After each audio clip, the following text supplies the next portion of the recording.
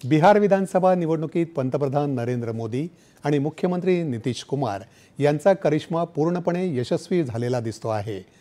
विधानसभांचे निकाल जवळपास स्पष्ट झाले असून रालोआ उमेदवार 243 पैकी 203 जागांवर विजयी किंवा आघाडीवर आहेत, तर महाविकास आघाडीला केवळ 34 जागांवर यश मिळताना दिसत आहे।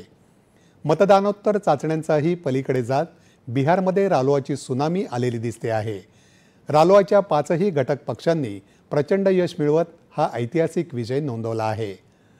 आतापर्यंत हाती आलेल्या निकालानुसार रालोआपैकी भाजपा 91 जागांवर आघाडीवर आहे, तर त्या खालोखाल जेडीयू 84 जागांवर आघाडीवर आहे।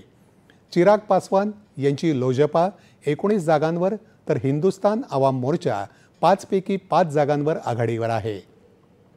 उपेंद्र कुशवाह यांच्या पक्षाला 4 ठिकाणी विजय मिळताना दिसतो आहे, तर दुसरीकडे तेजस्वी यादव यांच्या नेतृत्वाखालील राजद केवळ 25 जागांवर विजयी होताना दिसते आहे।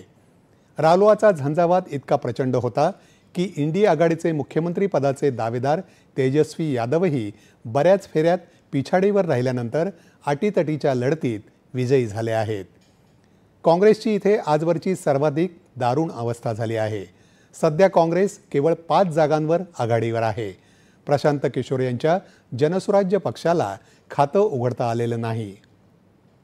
या निकालांमध्ये महाराष्ट्रातल्या निकालांप्रमाणेच ट्रेंड दिसतो आहे।